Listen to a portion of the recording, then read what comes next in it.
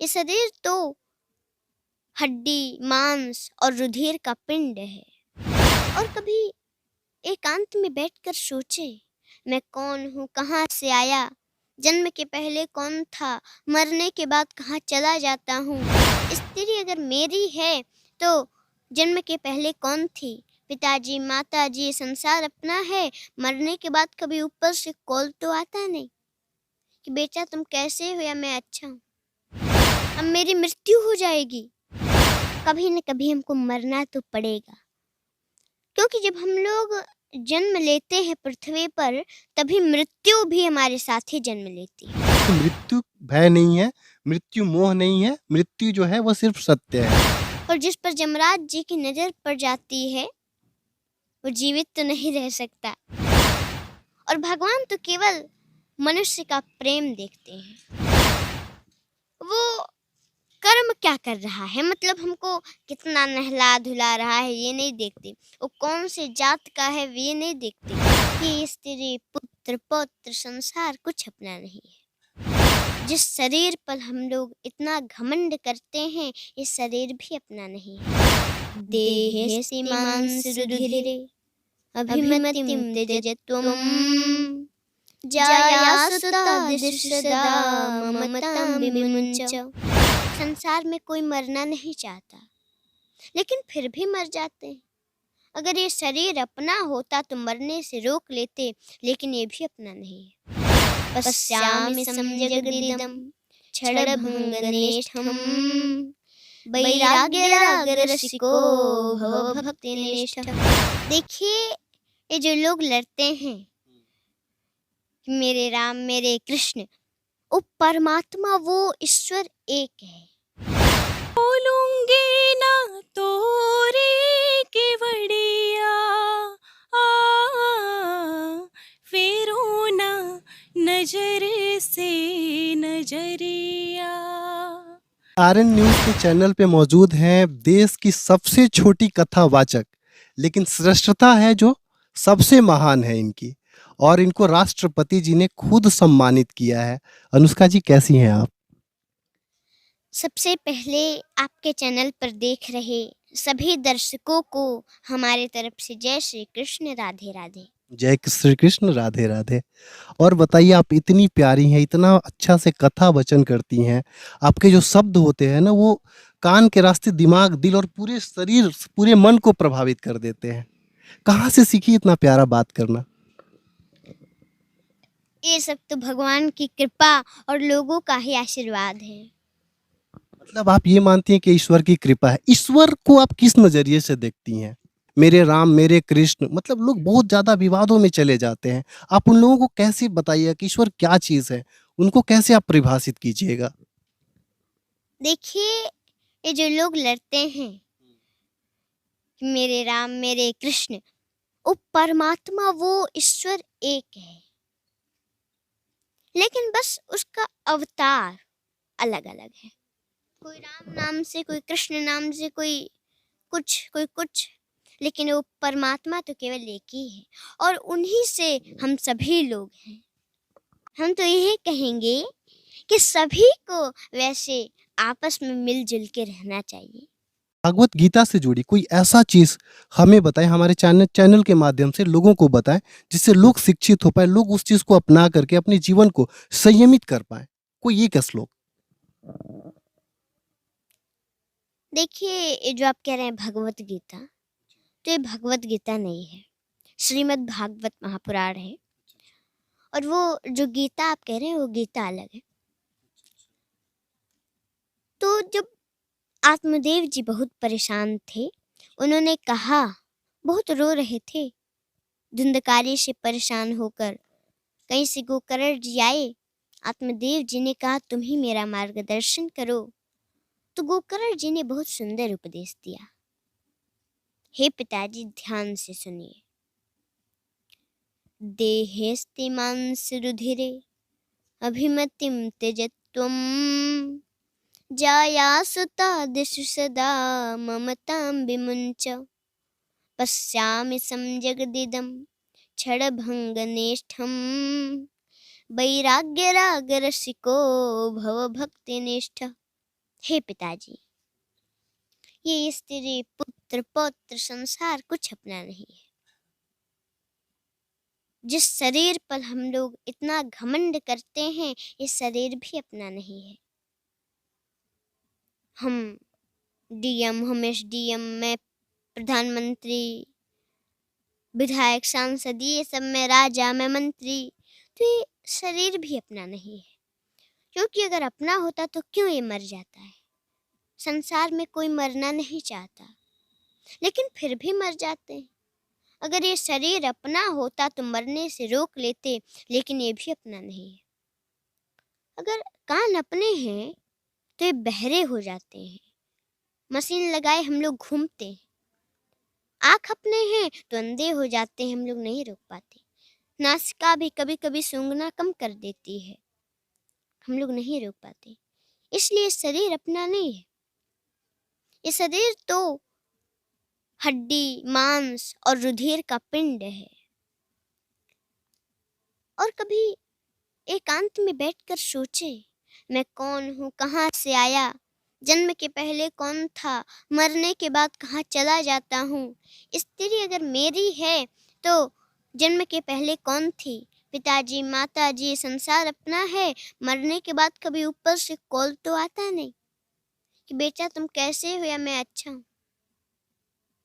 कभी नहीं होता ऐसा। मतलब इतना कम उम्र है और बातें जैसे मान के चलिए कि इन्होंने सारी ख्यातियां प्राप्त कर ली हैं। और अनुष्का जी, मैं आपसे बात करते करते कहीं खो सा गया हूँ। मैं आपके प्रवचन को हमेशा देखा करता हूँ और मुझे एक चीज़ जाननी है आपसे। लोग मृत्यु से बहुत भयभीत होते हैं, जबकि मृत्यु सत्य है। वो मृत्यु के बारे में आप क्या कहना चाहेंगी? देखिए, मृत्यु तो सत्य है। कभी न कभी हमको मरना तो पड़ेगा, क्योंकि जब हम लोग जन्म लेते हैं पृथ्वी पर, तभी मृत्यु भी हमारे साथ ही जन्म लेती है। क्योंकि एक बार सभी देवता लोग, ब्रह्मा, शंकर जी, सभी देवता लोग, उसमें जमराज जी भी जा रहे थे, गरुड़ जी भी जा रहे थे। रास्ते में एक कबूतर बैठा हुआ था। अब उस कबूतर पर जमराज जी की नजर पड़ गई। अब तो कबूतर कांपने लगा, पसीना छूटने लगा उसका। अब जमराज जी तो चले गए। गरुड़ जी ने पूछा कि तुम कांप क्यों रहे हो, क्या बात है। कबूतर बोला कि मैं इसलिए कांप रहा हूं क्योंकि जमराज जी की नजर मुझ पर पड़ गई है, और जिस पर जमराज जी की नजर पड़ जाती है वो जीवित तो नहीं रह सकता। अब मेरी मृत्यु हो जाएगी। तो डर रहा था। गरुड़ जी ने कहा, अरे क्यों चिंता करते हो, मेरे पंख पर बैठो, अभी मैं तुम्हें 7 समुंदर पार छोड़ाता हूँ। उधर तो जमराज जी कभी नहीं पहुंच पाएंगे। और बैठाए और 7 समुंदर पार छोड़ आए। अब आ रहे थे, रास्ते में जमराज जी मिल गए। जमराज जी से गरुड़ जी ने पूछा कि आप वो जो रास्ते में कबूतर बैठा था उसको देखकर मुस्कुराए क्यों। जमराज जी ने कहा कि मैं ये सोचकर मुस्कुरा रहा था कि उसकी मृत्यु आज अभी 7 समुंदर पार गुफा में लिखा है, और ये है यहाँ, कितना भी पंख फड़फड़ा लेगा वहां तक नहीं पहुंच पाएगा। गरुड़ जी ने कहा, अरे महाराज, मैं तो उसको वहीं पर छोड़कर आ गया। तो जमराज जी ने कहा, आपने तो मेरा काम और आसान कर दिया। अब तक तो उसकी मृत्यु भी हो गई होगी, इसलिए मृत्यु कब और कहाँ होनी है ये तो निश्चित है, और अवश्य मृत्यु होगी। जो पृथ्वी पर आया है उसको जाना तो पड़ेगा ही। मृत्यु शाश्वत सत्य है। और अपने एक छोटे से उदाहरण से अनुष्का जी ने किस तरीके से साबित किया कि मृत्यु भय नहीं है, मृत्यु मोह नहीं है, मृत्यु जो है वो सिर्फ सत्य है। अच्छा अनुष्का जी, हम लोग जो हैं सनातनी श्री रामचंद्र जी को बहुत मानते हैं, आप भी मानती होंगी। तो श्री रामचंद्र के उसूल हमें बहुत अच्छा लगता है, वो एक आदर्श जैसे हैं। आपको क्या लगता है, आप श्री रामचंद्र जी के बारे में उनके सबसे अच्छे पल जो आपको अच्छे लगते हैं, आप उनके बारे में कुछ बताइए? हम सभी को ये कहेंगे कि उन्होंने जो अपने जीवन में किया उसको सभी लोग अपने जीवन में उतारिए तो कल्याण हो जाएगा। क्योंकि आपका उम्र बहुत कम है, लेकिन आपके पास जो ज्ञान है, जो आपकी बातें होती हैं ना, वो बहुत एक उच्च स्तर की बातें होती हैं। हालाँकि ये बात पूछते हुए मुझे अच्छा नहीं लग रहा, लेकिन मैं फिर भी आपसे पूछूँगा। आज के हमारे हिंदू समाज में बहुत भेदभाव है, जात-पात है, मतलब कहीं ऊँच-नीच, कहीं बड़ी जाति, छोटी जाति, इसमें लोग भ्रम में जी रहे हैं। इस सिचुएशन को सँभालना है हमें, आपको, जो भी ज़िम्मेवार नागरिक हैं। कैसे सँभाला जाएगा इन सब चीज़ों को? देखिए, ये जो लोग समझते हैं ऊंच नीच, तो ऐसा कुछ नहीं होता है। और भगवान की बात तो ये है कि भगवान ऊंच नीच नहीं देखते, बस सभी लोग प्रेम करें सबसे। और भगवान तो केवल मनुष्य का प्रेम देखते हैं, वो कर्म क्या कर रहा है, मतलब हमको कितना नहला धुला रहा है ये नहीं देखते, वो कौन से जात का है ये नहीं देखते, वो तो बस प्रेम देखते हैं। क्योंकि सेवरी तो एक भिलनी थी, लेकिन उसको भगवान ने दर्शन दिया क्योंकि उनके मन में प्रेम था। इसलिए जात पात कुछ नहीं होता है, और सभी लोग सबसे प्रेम करें और भगवान की भक्ति करें तो कल्याण हो जाएगा। अनुष्का जी ने कहा कि जाति में श्रेष्ठता नहीं है, श्रेष्ठता कर्म में है। सबरी भील थी और रावण क्या थे, वो ब्राह्मण थे, श्रेष्ठ ब्राह्मण थे। ईश्वर से उनकी भी मुलाकात हुई, लेकिन मृत्यु उनकी होती है।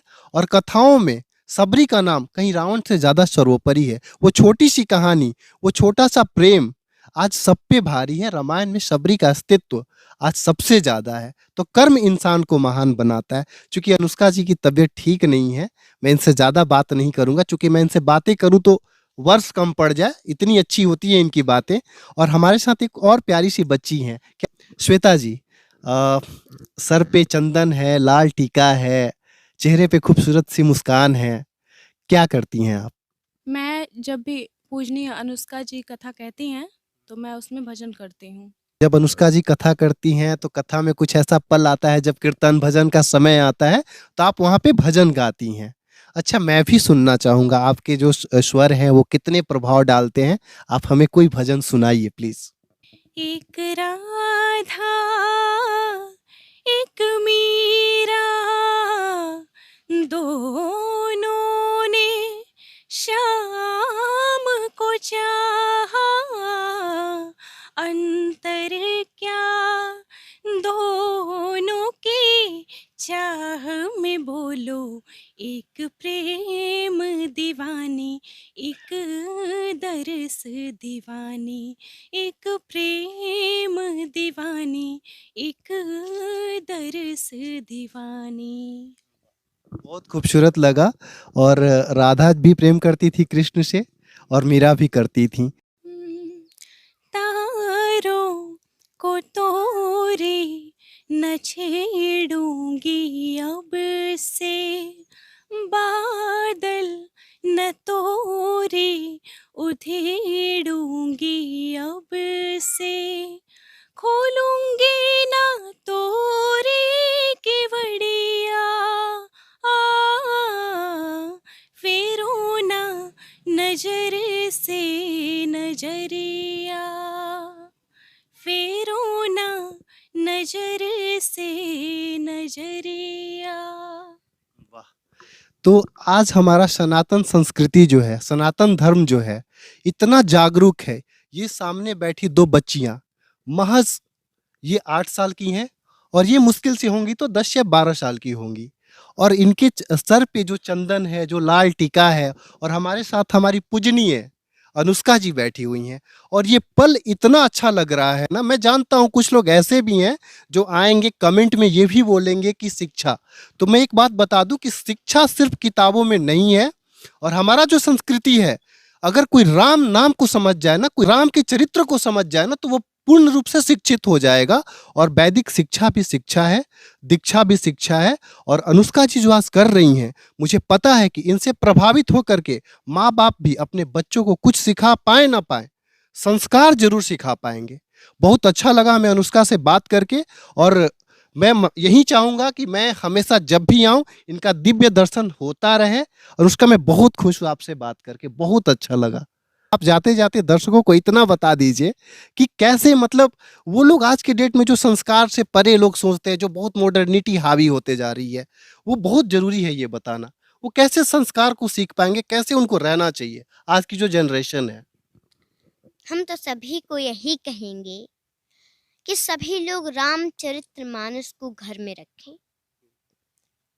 और देखिए, केवल प्रणाम करने मात्र से घर के जितनी दिक्कतें हैं सब खत्म हो जाते हैं। तो सोचिए, पढ़ने से क्या हो सकता है, कितना लाभ प्राप्त होगा। तो सभी लोग पढ़ें, क्योंकि रामचरितमानस जीवन को जीने की शिक्षा देता है, जीवन कैसे जीना चाहिए। तो सनातन संस्कृति जो है अपने आप में बहुत महान है, लेकिन उसको अब मजबूत खंभा मिल रहा है। और देखिए ये दोनों बच्चियों को अब हमारा सनातन बोलेगा, चढ़ के बोलेगा। प्रेम से बोलिए जय श्री राम।